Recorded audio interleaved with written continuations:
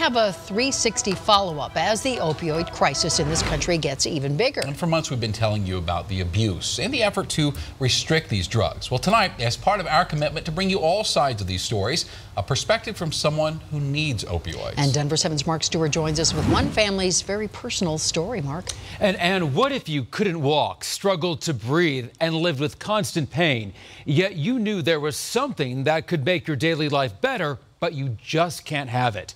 That's one perspective we found as we take a 360 follow-up to opioid abuse. To me, it feels like somebody's stabbing me with knives. All day and all night? All day and all night. Tiara Pacheco is putting on a brave face. The pain invading her body is often unbearable.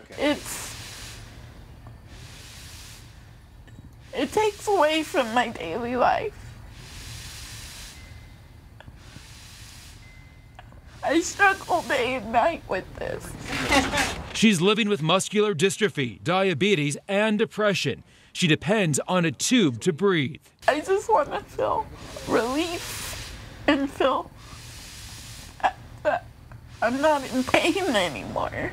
Tiara feels opioid-strength painkillers will make things more manageable, but she says doctors refuse. Among their concerns, addiction. I understand there's a crisis, and I understand that there's people who abuse, and that addiction is a disease. I don't have an addictive personality. I'm not the type of person to get addicted. Here's the reality check. The opioid crisis is growing here in Colorado and across the country. In 2016, more than 42,000 people died, more than any year on record. And something needs to change. Lawmakers reviewed a bill that, among other things, increases training, teaching providers best practices for prescribing these powerful yet addictive drugs. Still, how do you regulate yet treat those who truly need these pills to live? So in all of this debate, an argument for some middle ground. It makes me very angry. The perspective comes from Tiara's mom, Brenda. I say look at the issue. The people that really need it aren't getting it. And the people that are abusing it are causing the ones not to get it. At the end of the day, this is all about Tiara's quality of life, regardless of law or regulation. For them to see that I truly am suffering, that it's not just made up in my mind, that it's there, it's real, and it hurts every day.